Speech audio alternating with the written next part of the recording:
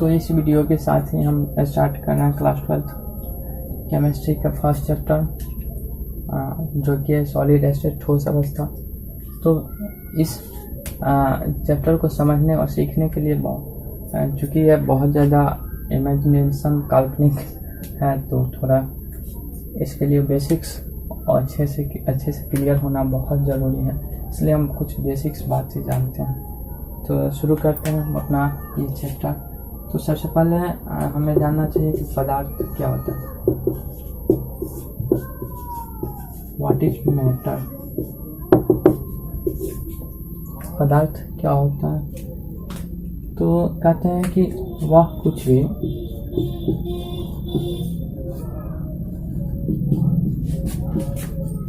जिसमें द्रव्यमान तथा आयतन हो और अवरोध उत्पन्न करता हो, उसे क्या कहते हैं? उसे पदार्थ कहा जाता है।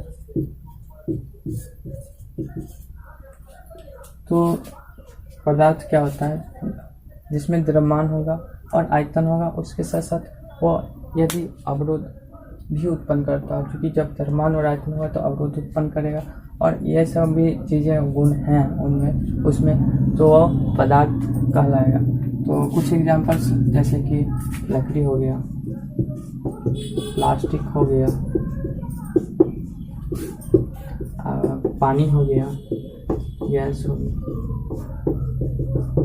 और यहाँ पर हम जो भी देख रहे हैं, चाहे व्हाइट बोर्ड या बोर्ड देख रहे हैं, चाहे मार्कर देख रहे हैं, आप अपने आसपास जो कुछ भी देख रहे हैं सब भी पदार्थ हैं। और इसके अलावा एक और है हवा, जिसे हम नहीं देख रहे हैं, वो भी पदार्थ है। हवा या गैस, वो सभी पदार्थ हैं जो भी हैं, जिसमें भी द्रव्यमान है, आयतन है। तो आइए आगे जानते हैं पदार्थ की अवस्था।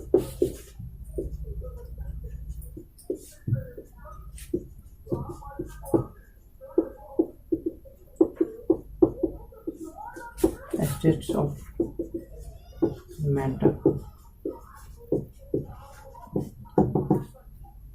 तो पदार्थ की मुख्यतः 3 भौतिक अवस्थाएं हैं। पहला क्या है? ठोस यानी सॉलिड। दूसरा क्या है? द्रव लिक्विड। तीसरा क्या है? गैस। तो आइए शुरू करते हैं हम ठोस। और इससे पहले हम एक टर्म जानेंगे, एक छोटा सा टर्मिनोलॉजी है, और छोटा सा एक टॉपिक है, या फिर उसे जो भी कहिए, लेकिन वो यदि हम जान लेते हैं तो ये पदार्थ की अवस्थाएं 3 किस प्रकार से है, क्यों है, ये बहुत अच्छे से हम समझ पाएंगे। और इन अवस्थाओं के जो भी भौतिक गुण हैं वो क्यों है और क्या है, वो सब समझने में हमें काफ़ी आसानी होगी। तो आइए सीखते हैं। अंतर आणविक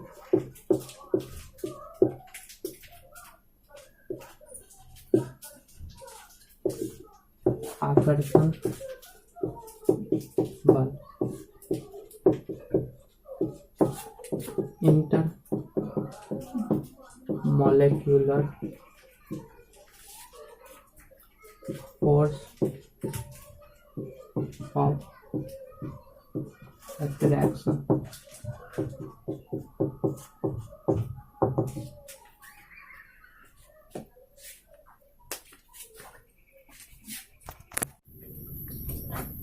तो यदि हम समझे कि पदार्थ तो अवयवी कणों का बना होता है, चाहे वो परमाणु, अणु या आयन।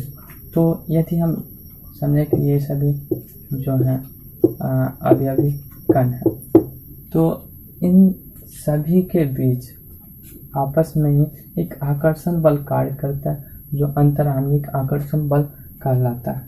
समझे?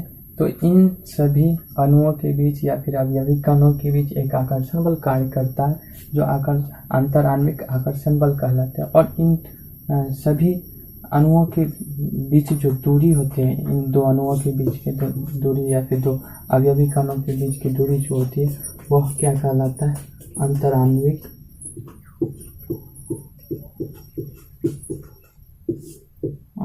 दूरी। अब ये हम समझ लें कि अंतराण्विक आकर्षण बल और अंतराण्विक दूरी क्या होती है। अगर सपोज दैट यदि अंतराण्विक आकर्षण बल ना हो तो क्या होगा? तब किसी भी मतलब कि पदार्थ को हम उस रूप में, जैसा अभी हम ये देख पा रहे हैं, कोई भी ठोस है या फिर द्रव है उसे हम देख पा रहे हैं, लेकिन यदि सपोज दैट कि अंतराण्विक आकर्षण बल उसके अवयवी कणों के बीच ना हो तो क्या अवयवी कण जो होंगे काफ़ी दूर दूर होंगे और वो उस अवस्था में नहीं होंगे जिस अवस्था में हम अभी किसी चीज़ को देख पाते हैं। जैसे कि हम हवा को नहीं देख पा रहे हैं, गैस को नहीं देख पा रहे हैं, ठीक उसी तरह इसके भी जो अवयवी कण होते वो दूर दूर होते तो हम नहीं देख पाते।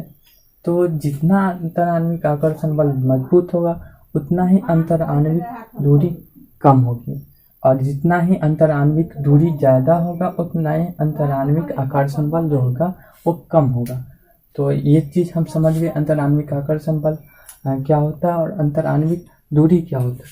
तो अब आते हैं ठोस, द्रव और गैस के गुण के कुछ सामान्य सा जो भौतिक गुण है उसके बारे में हम जानते हैं।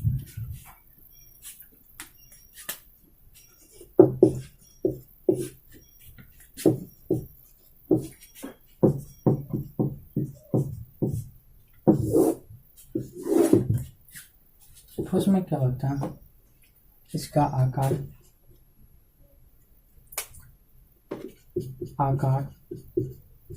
और आयतन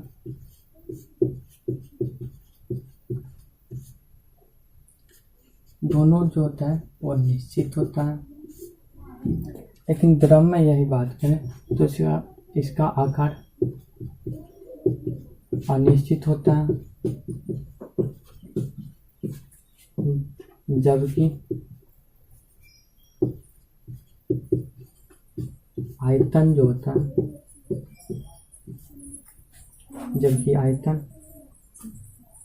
निश्चित होता है। उसके बाद गैस की बात करें तो इसका आकार और आयतन दोनों अनिश्चित होता है।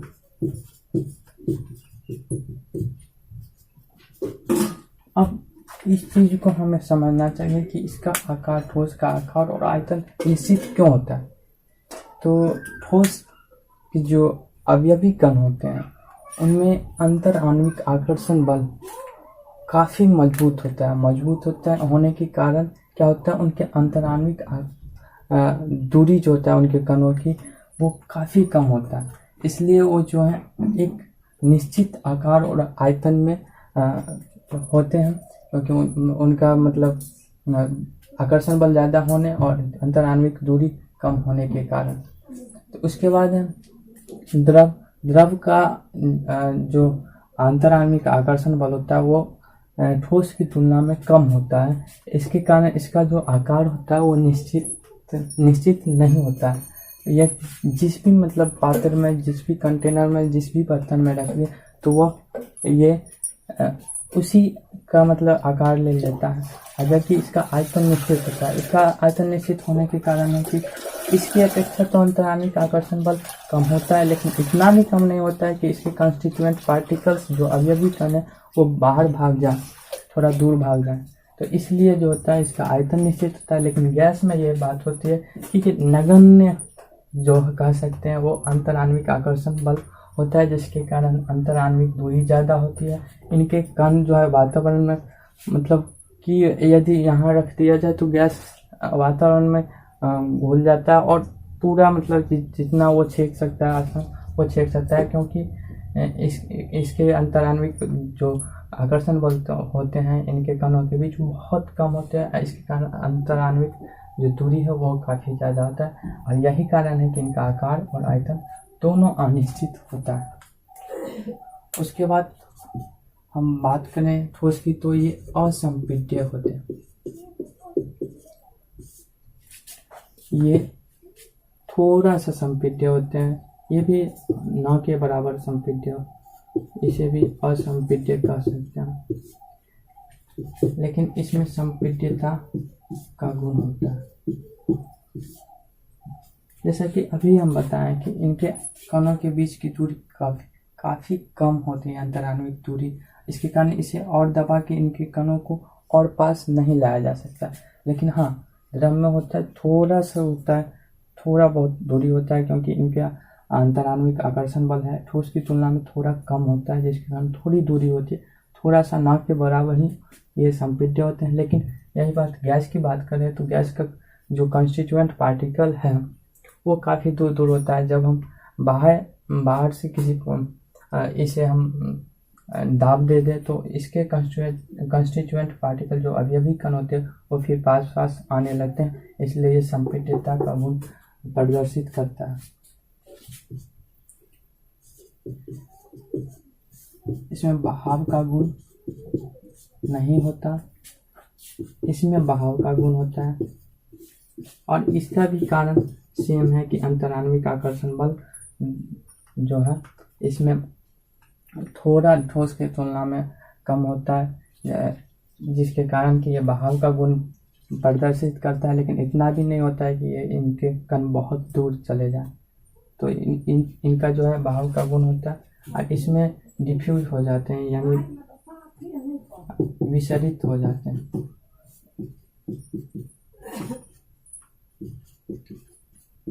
ये कभी भी गैस है, जहाँ भी रखा जाए, यदि किसी वातावरण में छोड़ दिया जाए तो वो ये पूरे वातावरण में घुल जाते हैं, यही विसरित हो जाते हैं। उसके अलावा होता है इनका द्रवनांग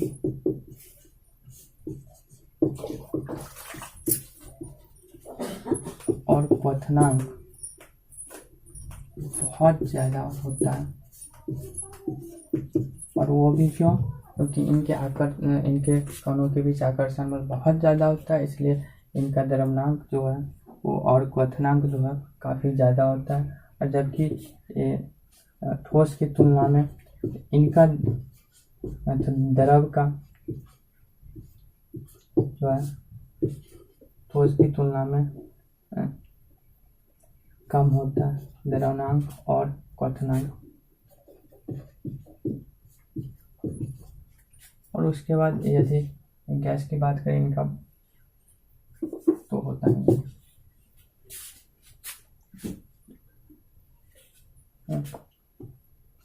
क्वथनांक कम होता है, द्रव तो है। तो यहाँ पर हम समझे कि ठोस के कुछ गुण के बारे में और द्रव के कुछ गुण के बारे में और गैस के कुछ गुण के बारे में, और वो होता क्यों है। और सबसे बड़ा चीज़ होता है कि समझना कि आखिर होता क्यों है। तो हम लोग समझ गए कि ठोस, द्रव और गैस किस प्रकार से एक दूसरे से भिन्न है और क्या क्या उनमें गुण पाया जाता है, और उन गुण का पाए जाने का क्या कारण होता है वो भी हम समझ गए। तो अब आगे हम स्टार्ट करते हैं ठोस अवस्था। अब हम अपने मेन जो सब्जेक्ट है वहाँ पर आते हैं। तो अब हम अपने चैप्टर को आगे बढ़ाते हैं, तो प्रॉपर्टीज ऑफ सॉलिड बात करते हैं। तो ठोस के कुछ गुण होते हैं जिसका हम बात कर रहे हैं। तो ठोस का गुण होता है कि आकार, आयतन और उसका द्रव्यमान जो होता है वो निश्चित होता है। उसके बाद दूसरा उसका गुण होता है कि वो असंपीड्य होता है, क्योंकि अभी ही हम बात किए थे अंतरान्विक आकर्षण बल के बारे में, तो सेम चीज़ यहाँ भी अप्लाई होता है। उसके बाद अंतरान्विक दूरी बहुत कम होता है, क्योंकि अंतरान्विक आकर्षण बल बहुत मजबूत होता है। उसके बाद होता है ठोस का घनत्व द्रव और गैस की तुलना में अधिक होता है, क्योंकि अंतराण्विक आकर्षण बल ज़्यादा होने के कारण इनके जो अवयवी कण होते हैं वो पास पास होते हैं, इसलिए। उसके बाद है ठोस का भौतिक गुण। ठोस जो है भौतिक गुण जो है जैसे कि पृष्ठ तनाव, श्यानता और बहाव का जो गुण होता है वो प्रदर्शित नहीं करता है। उसके बाद है कि अवयवी कण निश्चित स्थान पर व्यवस्थित रहते हैं।